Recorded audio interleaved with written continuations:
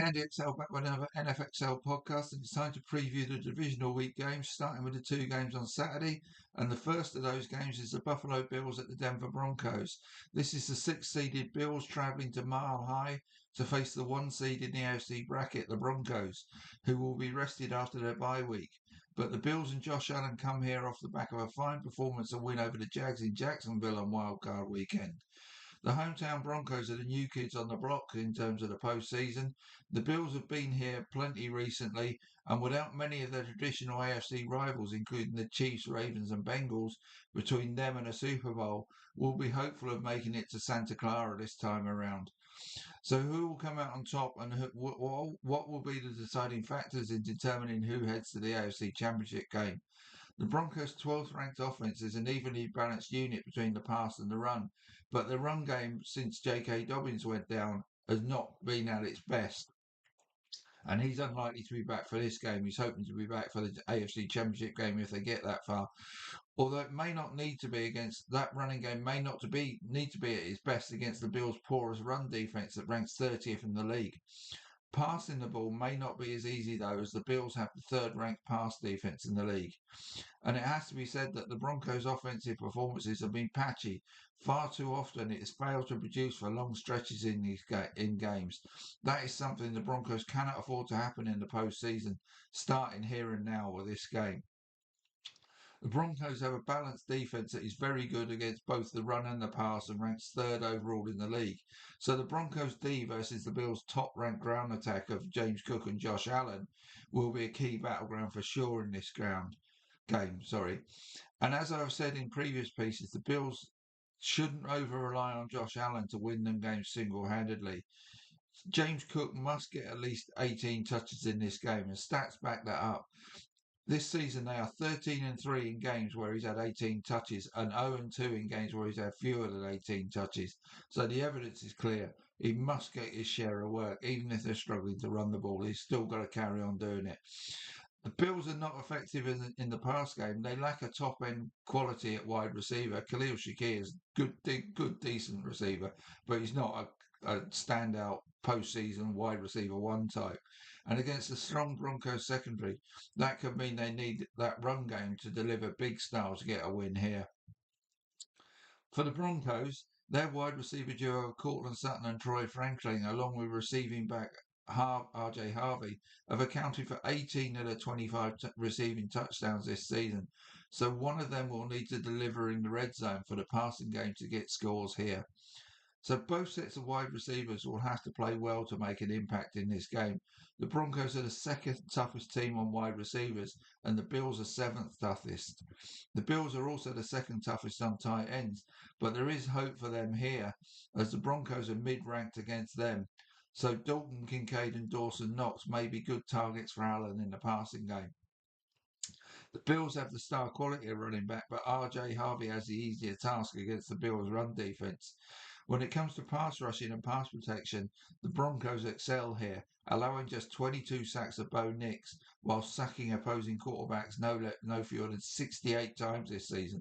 And it really comes from all directions.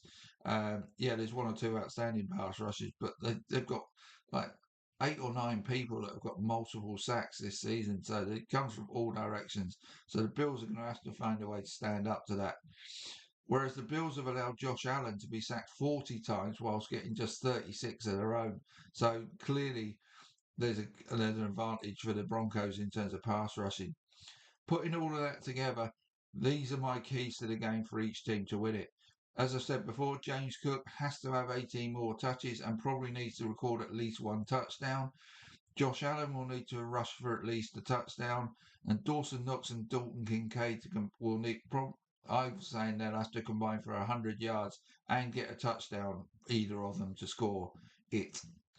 The Bills O-line, this is going to be the fundamental one for me. The Bills O-line has to protect Josh Allen and prevent the Broncos pass rush from getting to him too often.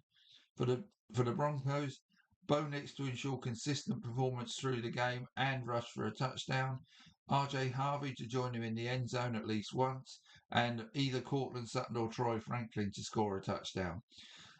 On defense, they need to get Allen off the field and allow themselves to dominate time of possession via the run game. So this is going to come down to fine margins and could go either way for me. If the Broncos pass rush dominates the Bills O-line, then Josh Allen will need to be at his very best for the Bills to win. If the Bills O-line can limit that pass rush, Allen may well do well enough with the assistance of his tight ends and James Cook to get the Bills the narrowest of wins. And getting yardage on first down is going to be crucial for the Bills. Getting into third and long must-pass situations as a result of not doing so or via sacks or penalties will make it really tough for the Bills to put long drives together. But on balance, I think the likelihood is that the Broncos D will get the better of that Bills offense. And as long as Bo Nix and co perform adequately, that will be enough to secure the Broncos to win here. So I'm going for Denver to take this by 23-20. But like I say, it's going to be really fine margins. Could swing either way. And the Bills have the star quality in Josh Allen and James Cook to beat anybody, basically. So it's a really tough call, but I had to pick somebody, so I've gone for the Broncos. Right. San Francisco 49ers at Seattle Seahawks is the later game on Saturday. The 49ers have found a way to get here despite a plague of injuries throughout the season and coming to this game having lost another key piece in George Kittle on wildcard weekend. With Ricky Pearsall still battling his own injuries, that leaves the 49ers pretty thin in terms of receivers and even more dependent on the superb Christian McCaffrey to give their offense some potency. On defense, they are depleted at inside linebacker and safety and also have one of the least effective pass rushes in the league. When healthy, they still have a top 10 ranked offense, but that is definitely tilted towards the pass game that ranks 5th, whereas the run game ranks just 21st for the season. So, as I said, Christian McCaffrey, who should be a serious MVP candidate as he clearly leads the 49ers in both rushing and receiving, where would they be without him? At home watching the postseason is the answer. His abilities as a receiver are going to be key to this game for sure. They have the 16th ranked defense in the league, but just 23rd against the pass and a 9th against the run, and that will need to stand up against the Seahawks running back duo here.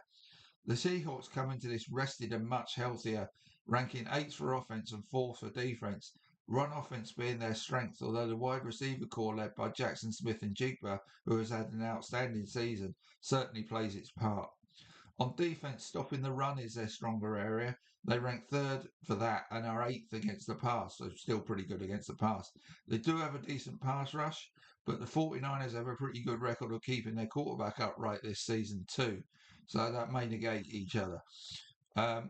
The biggest concern on offense is that Sam Darnold ranks 26th in the league for throwing picks, and that is what I think could come back to haunt them at some point during the postseason.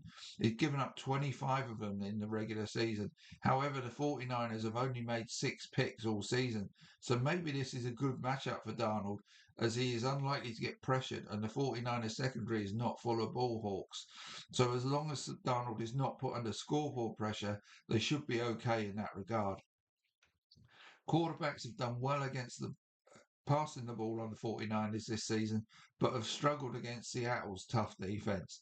The Seahawks are also the toughest team for opposing running backs to face, which sounds like particularly bad news for Christian McCaffrey, but they have given up the 6th most yards to receiving backs this season, which is a great strength of his.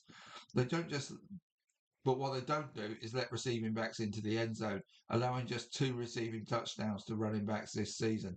And they have only allowed 5 rushing touchdowns to running back twos. The 49ers rank as the 13th best team for running backs to face, so not too bad.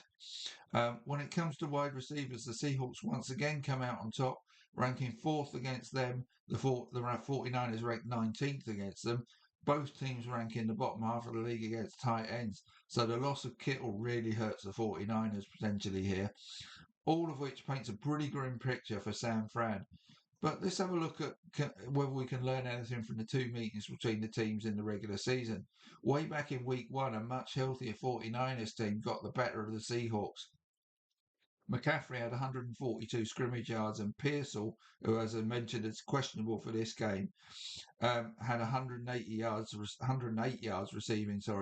The 2 of them accounting for over half the 49ers yardage in that game. And their defensive stats were topped by Joey Bosa and Fred Warner, two of the key injury misses for the 49ers in this divisional week game. They also kept Kenneth Walker and Zach Charbonnet to a combined 67 yards and a single touchdown in that game, with Jackson Smith and Jigba enjoying the first of many fine games with 124 receiving yards but not getting in the end zone. Then in week 18, the Seahawks simply dominated the 49ers to win another low-scoring affair. The 49ers managed just 180 yards on offense. Christian McCaffrey had just 57 scrimmage yards in that game. And then their sole contribution to the scoreboard was a single field goal as the Seahawks D stomped all over him in that game. That allowed the Seahawks ground game to grind out 171 yards and a touchdown, whilst Darnold only needed to pass for 198 yards, 84 of them again to Jackson Smith and Jigba. The Seahawks winning the time of possession battle in that one by over 15 minutes, so just dominated the game basically. In conclusion then, that most recent meeting showed how much stronger the Seahawks are than this depleted 49ers roster right now, and it will take one of the greatest ever performances from Christian McCaffrey or an error-prone performance from Sam Darnold for the 49ers to win this game, in my view. For the Seahawks, it's simple. Just follow the path they followed in Week 18. Strangle the 49ers offense, run the ball effectively, and avoid errors, and you cannot lose. And that has to be the likely outcome as the 49ers' heroic season-long battle against injury comes to an end here. And I have Seattle winning this one by 23-13.